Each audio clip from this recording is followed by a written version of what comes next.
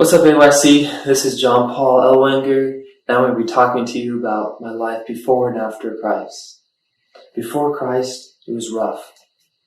I had a lot of struggles that weren't okay, and that I knew that needed to be fixed. When I first encountered Christ, it was actually my first AYC conference, believe it or not. But after the conference, I could feel myself pushing Christ away. But knowing God, He relentlessly pursued me.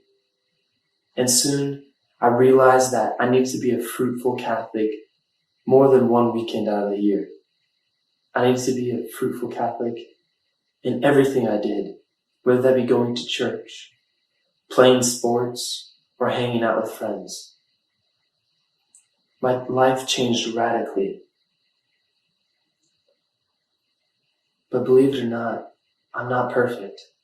And I still struggle because I'm a human and humans fail. But most importantly, I found out that God is both the God of light and the God of darkness. When we are on our high of highs, He is there cheering us on and supporting us. But when we are in our lows of lows and discouraging times like this, He is there to give us a helping hand to push us forward. I'm sure everyone has experienced times like these during this coronavirus and this quarantine. Who hasn't? I would like you to hear my story during this time. I needed something more, something to change me.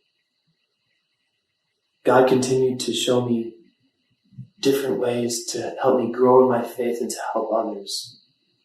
First, it was just encouraging my friends and giving them hope, saying that do not be afraid because your faith is so much bigger than any fear out there. I also started to pray with my friends, starting a Divine Mercy and a Rosary every day so that we could grow spiritually together. But something was still not quite there. Something was missing. I prayed and I prayed and I prayed. Then finally God showed me. God told me something so simple, I was shocked. And I almost started laughing, actually. He said, just spend time with me. I was confused for a second because I was praying. But I guess it wasn't a personal relationship with Christ. So I started to go to the tabernacle to get as close as I could to the physical presence of Christ. I found myself praying over and over and over again and sitting in silence along it. What young Samuel said, "Speak, Lord, for your servant is listening." In those words, I found hope, and I found that I was becoming a true disciple. All my doubts and all my questions in my head, they started to clear up. The fog was gone. Nothing was between me and Christ. It was amazing. I believe that Christ showed me that this quarantine and this virus was actually a good thing, not a bad.